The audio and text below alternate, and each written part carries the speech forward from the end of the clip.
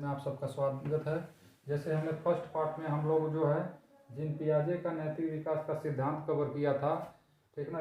इसी में जो है हम जो है नैतिक विकास के अंतर्गत लॉरेंस कोहलबर्ग का नैतिक विकास को भी कवर करेंगे, ठीक है ना। तो लॉरेंस कोहलबर्ग ने जो है ठीक जैसे आपके जीन पियाजे ने जो है कहानी कथन पद्धति का प्रयोग करके जो है इस सिद्धांत को प्रतिपादित किया था, उसी प्रकार कोहलबर्ग ने भी क्या किया है, कहानी कथन पद्धति के आधार पर जो है अपने सिद्धांत को दिया है, ठीक है ना।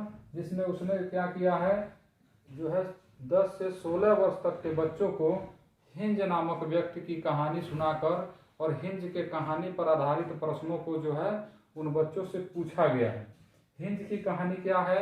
हिंज एक ऐसा व्यक्ति रहता है जिसकी बीवी को जो है कैंसर की बीमारी रहती है और इस बीमारी की जो दवा रहती है वह उसी कॉलोनी में एक डॉक्टर के पास होती है, लेकिन वह दवा केवल उस डॉक्टर के पास होने के कारण जो है वह इस दवा को महंगे दामों पर बेचना चाहता है, जिसकी कीमत जो है हिंज के द्वारा दिया पाना जो है संभव नहीं था।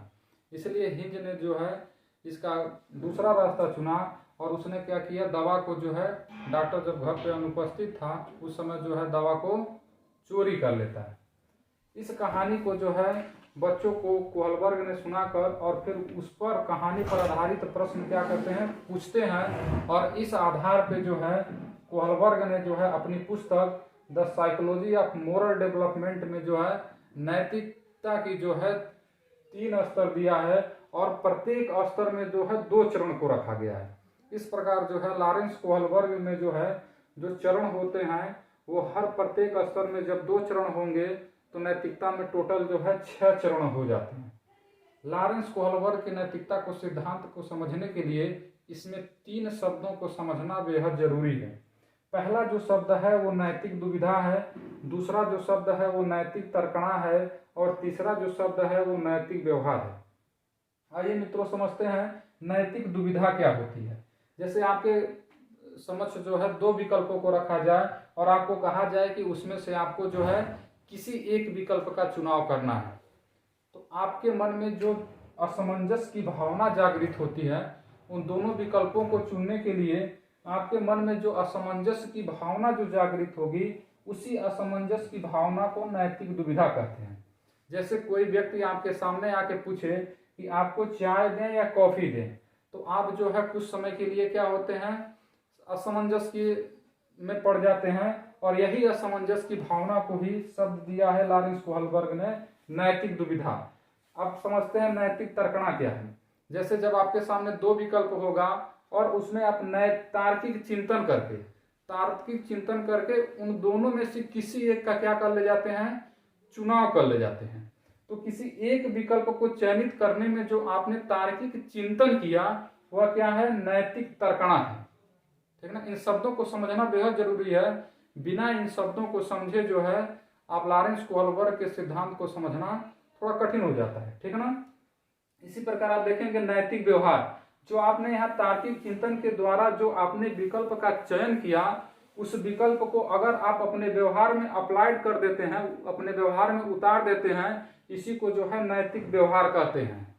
लॉरेंस कोहलबर्ग के 3 स्तर होते हैं जिसमें टोटल जो है 6 चरण होते हैं। आइए मित्रों इनका अध्ययन किया जाए। जो लॉरेंस कोहलबर्ग का जो पहला चरण होता है उसे पूर्व नैतिक, पूर्व रूढ़वादी एवं पूर्व परंपरावादी स्तर कहते हैं, जिसमें जो बालक का जो आयु है वह 4 से और 10 वर्षों तक लिया गया है। इसमें जो है नैतिकता का अभाव रहता है। इस स्तर को जो है 2 चरणों में विभक्त किया जाता है। जो पहला चरण होता है उसको दंड एवं आज्ञा पालन कहते हैं, जिसके अंतर्गत लॉरेंस कोहलबर्ग ने ये कहा है कि कुछ भी गलत या सही नहीं है, गलत वही है जिसके लिए दंड का प्रावधान है। जैसे जो है हिंज को जो है दवा क्या करनी चाहिए, ये पूरी की पूरी जो थ्योरी है वो किस पर है, हिंज की कहानी पे है। यहाँ पे जो है लॉरेंस कोहलबर्ग ने पहले जो चरण है उसमें कहा कि हिंज को जो है दवा चोरी करनी चाहिए, क्योंकि जो है दवा नहीं चोरी करनी चाहिए, क्योंकि अगर दवा चोरी करते हुए हिंज पकड़ा गया, पहली चरण में अगर दवा चोरी करते हुए पकड़ा गया तो पुलिस उसे पीटेगी, ठीक। दूसरे चरण में आते हैं। दूसरा चरण है आपका सहायक उद्देश्य अभिमुखी। इसमें यह कहा गया है कि इसमें अगर इसको शॉर्ट ट्रिक में अगर देखा जाए तो इसका लॉजिक है कि अपना काम बनता और भाड़ में जाए जनता, ठीक ना। इस सिद्धांत के हिसाब से अगर हिंज को देखा जाए तो हिंज को जो है डॉक्टर से दवा चोरी करनी चाहिए, क्योंकि चोरी करने से उसे दवा भी मिल जाएगी और पैसे भी नहीं देना पड़ेगा। इस प्रकार जो है पूर्व नैतिक अवस्था को जो है स्तर को जो है 2 चरणों में विभक्त किया गया। आइए अब दूसरे चरण पे चलते हैं, जिसकी उम्र जो है 10 से 13 वर्ष रखा गया है। इसमें जो है नैतिक रूढ़वादी परंपरावादी स्तर कहते हैं, इसको भी जो है 2 चरणों में विभक्त किया गया है। पहला है जो अंतर व्यक्तिक संबंध अवस्था, जिसमें जो है व्यक्ति जो है समाज में अच्छा आचरण दिखाने के लिए अच्छे कार्यों को करता है। जैसे अगर हिंज पे अगर अप्लाई किया जाए तो हिंज को जो है एक समाज में अच्छा पति बनने के लिए दवा को क्या करना चाहिए, चोरी करना चाहिए, ठीक ना। अगर इसके जो है दूसरे पार्ट पे चलते हैं, कानून एवं व्यवस्था अवस्था जो है, इसमें यह कहा गया है कि कोई भी काम आपको जो है कानून के जो है अपोजिट नहीं करना है। अगर इस अनुसार से चलेंगे तो इसमें यह कहा जाएगा कि हिंज को जो है दवा चोरी नहीं करना चाहिए, क्योंकि चोरी करना क्या है, कानूनन अपराध है। इस प्रकार जो है आपकी दूसरा स्तर पूरा होता है। अब हम लोग चलते हैं तीसरे स्तर पे। जो तीसरा स्तर है कोलबर्ग का, उसे कहते हैं उत्तर नैतिक एवं उत्तर परंपरागत स्तर कहते हैं। इसमें जो लड़के की आयु होती है वह 13 से 16 वर्ष की आयु होती है, ठीक है ना। इसमें जो है 2 चरणों में विभक्त किया गया है। इसमें जो 5वां चरण है उसमें सामाजिक अनुबंध अवस्था कहते हैं, जिसमें जो है समाज से कानून होता है।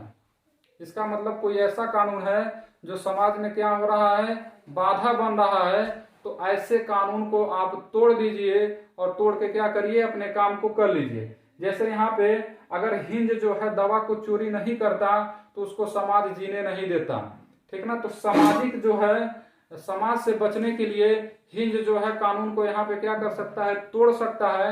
अर्थात हिंज अपनी पत्नी के लिए दवा के लिए क्या कर सकता है, चोरी कर सकता है, ठीक है ना। इसी में जब हम लास्ट में जाते हैं 6वें चरण में, तो 6वां चरण जो है लॉरेंस कोलबर्ग का सार्वभौमिक नैतिक अवस्था है, जिसमें यह कहता है कि अगर कोई चीज समाज के खिलाफ है, फिर भी अगर उससे किसी और की भलाई हो जा रही है, फिर भी उसको क्या करना चाहिए, उस काम को करना चाहिए। इसका मतलब आप क्या कर रहे हैं, समाज को भी और कानून को भी दोनों के खिलाफ जा रहे हैं, और किसी क्या है, थर्ड पर्सन के लिए।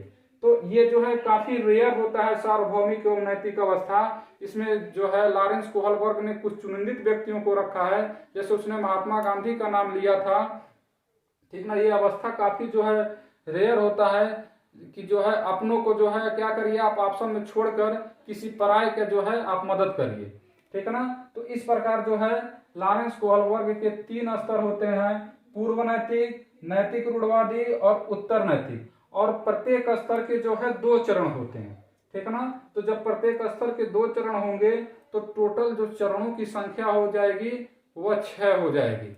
Okay, thank you.